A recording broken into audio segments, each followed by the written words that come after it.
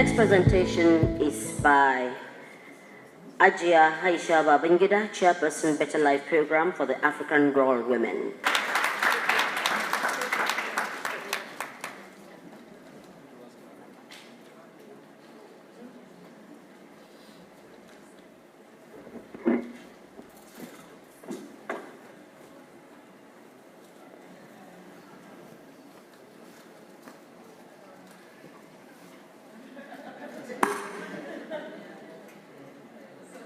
Really odd sitting up here all by myself. So good afternoon. Good afternoon, everybody. Good afternoon. Mine is a story of grace to wisdom. I will try as much as possible to speed everything up. I grew up with my parents, seeing what it is that they do. So 2 days ago, somebody asked me, were you built for this role? Were you nurtured for this role? I said, yes, I was. Because this is all I know. And this is probably all. I wanted to say hello to you because I know that you're from Delta, and I know that I needed to you're here. And so this is all I know. This is all I've seen. And this is all I'm proud of. Because it's a legacy worth living. So I grew up with my parents, seeing that they're working, devoted themselves, selflessly so, to people.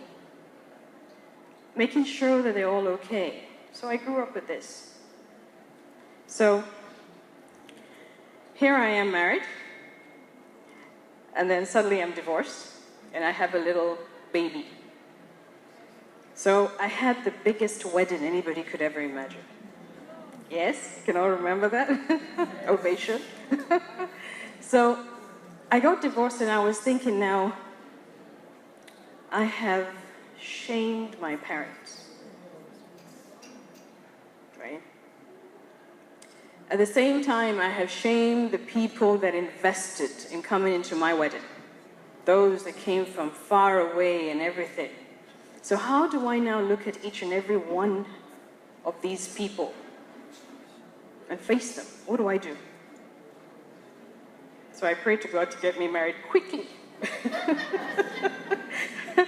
Which is another big mistake, because I thought I needed to do this now because this is what I know. I grew up with a mother, strongest woman you can imagine. I grew up with her, I saw her literally feeding my father, looking after him, serving him, if that exists, right? So naturally, I'm going to follow that. So how did my marriage break up? If I was doing right, if I saw what my mother was doing. It's okay, so I got married again. Story number 2. But my mother now dies, and she left this legacy, better life. Now, this is a legacy that touched every human being's life, soul, being, everything. Wherever you went to, better life was what you hear from the houses or from the mouths of people. So she died. Another embarrassment came to me, because here I am now, living another life, being a married woman, and not realizing that in a marriage you can be interdependent. In other words, I can still be married and still nurture this man and still do what I was brought to this world to do. I didn't realize that. So she's no longer here. And suddenly my marriage, second, goes downhill instantly. I begin to wonder, maybe she was the one holding the marriage itself. But the embarrassment was, I did not pay attention to her foundation when she was sick. I was building somebody else. And I'm very proud that I built somebody else, a man. Right? So, I get divorced again. And now I'm in a hurry to do her work. Because this is all I know. And I'm enjoying every bit of it. Because this is what, as I said, I was raised to do. So, I take over the better life. And there are a lot of aunties of mine and mothers of mine around to guide me. But unfortunately, they didn't. So I was left alone.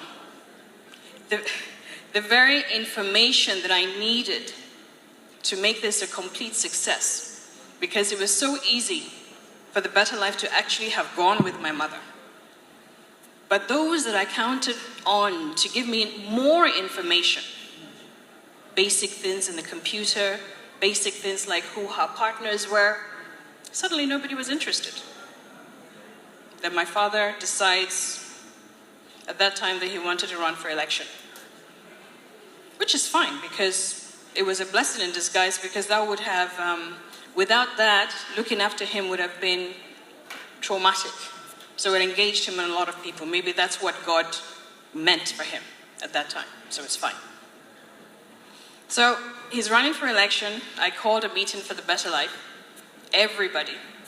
And everybody was telling me, so how do we benefit from Daddy's campaign? What? This is a life legacy. You have worked with this woman virtually almost all your life. And you want something? Okay, I understand. Fine. I decided now to shut the organization down and see what comes from there. Everybody disappeared, which is fine. Now I can rebuild. It just gives me hope now to say, okay, I can pick this up and do this right. I have lived with her. I know exactly what she does and what she wants. But the only thing now is that I'm going to add value to what it is that she's been doing. Bring it up and update it. So I had to do this on my own. So basic information that were in her computer, everything vanished. And yet people look at me and think, okay, you're coming here with your Chanel shoes, and you're this, you're living up on a hill, and automatically I don't have problems. I do. But I have to keep my head up, because I am somebody's daughter. And that somebody is the reason why we're here, each and every woman of us here. So I have to now make sure that I do you proud. It's not compulsory, by the way, but it's something that I know that I can. I was brought up to do just that. So I started working hard, trying to make it a success, growing it and reviving it. At the same time, I had to employ people. At the same time, I'm getting stabbed by these people that I've employed because they're looking at me as the CBN. Yeah. So along the line, my prayers have always been that whoever comes to me with evil intentions will turn right around. And that has been, because I have a good intention for everybody. So it has been a work in progress. My intentions are now is to replicate exactly what she did when she was in office. Rightly so, because we need it now more than ever. Because if now my mother could sit down and get 300 and something thousand cooperatives, where are we now as a nation? How come we haven't achieved that now when she achieved it then? So my mission now is to do double that amount. And I'm going to succeed.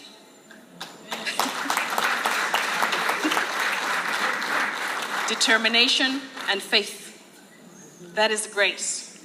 So I'm working really hard. So I am here now to do this job, but I have to now work hard at it myself to show you that I can.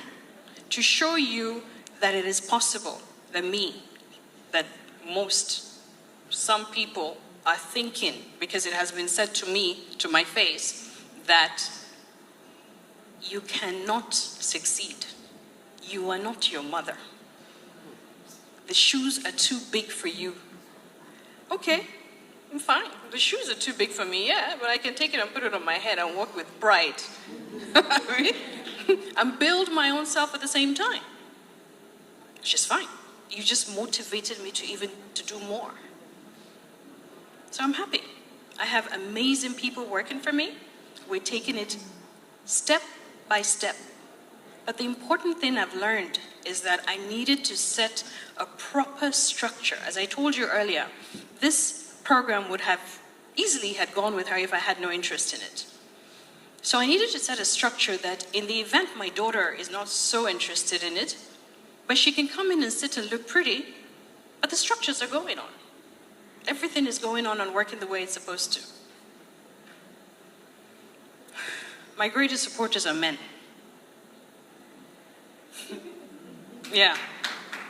And that is really because I walk into an office, I walk into a bank, forget about the fact that yes, I am Babangida, but I have gotten my information right.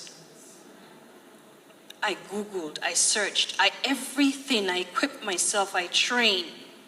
Because I'm a Babangida, people would naturally think I am clueless. Yeah, that's right, yeah? So I need to make sure that I'm not. I need to make sure that I'm trained and guided. So I can walk in now into your office right now and tell you, I have this program. Here's my business plan. This is what I intend to do. This is how I intend to do it.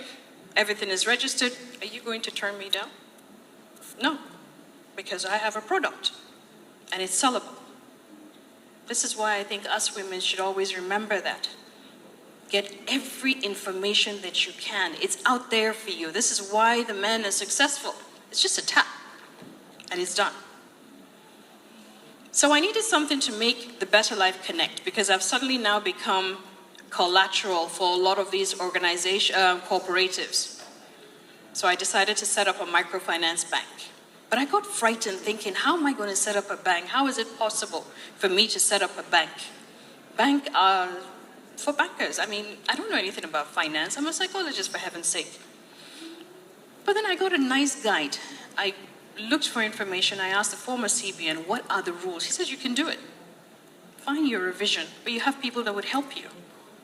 So I went out, got myself a consultant, got the necessary information, and I told him that this is what I want to do. So we started doing that. He sent all the documents to CBN, only for CBN now to send us a reply and say, you have not met the criteria, this is missing, that is missing. I made a request and I said, could you please send me all the documents that we sent to you? CBN graciously sent it to us, which is not the norm, graciously sent it back to us, only to find out that in my research on the computer, my consultant, God bless his soul, had copy and paste in all my documents. I called him, I said, sir, dude, what's going on here? How did you do this? He said, oh no, Hajjiya, I am so sorry. One, leaders don't read. I didn't expect you to read. And you as a woman, you have an 11-year-old. She's running up and down. You don't have time to do anything. I'm like, what am I going to tell somebody like that? I said, okay, no problem. That's what you think. Bring the documents, and we had to rewrite every single thing ourselves. And we sent it to CBN, but he was still in shock that I could read. So it's fine. So here I am now. I've set up a microfinance bank to assist these cooperatives, to assist the women, to assist the men, and bring everybody into the financial sector. Well, it might suddenly become a government on your own, but it doesn't really matter. The mission is to empower as many people as possible because we deserve to be empowered. So this is my own thinking. 2 months ago, I eventually went to my mother's office, because it's not, we just go in there to clean. I went to my mother's office, I was looking for paper, and then suddenly I found a notebook. I thought, okay, I can just use this and write. In the evening, I went through it and I was reading it, and it so happened that she had written exactly everything she wanted to achieve in her life with all her organizations, including the Better Life. Along the way, I suddenly found that she actually wanted to set up a microcredit scheme. Now here I am, I didn't know that. But instead I jumped ahead and I set up a microfinance bank. It's one and the same, so to speak, right?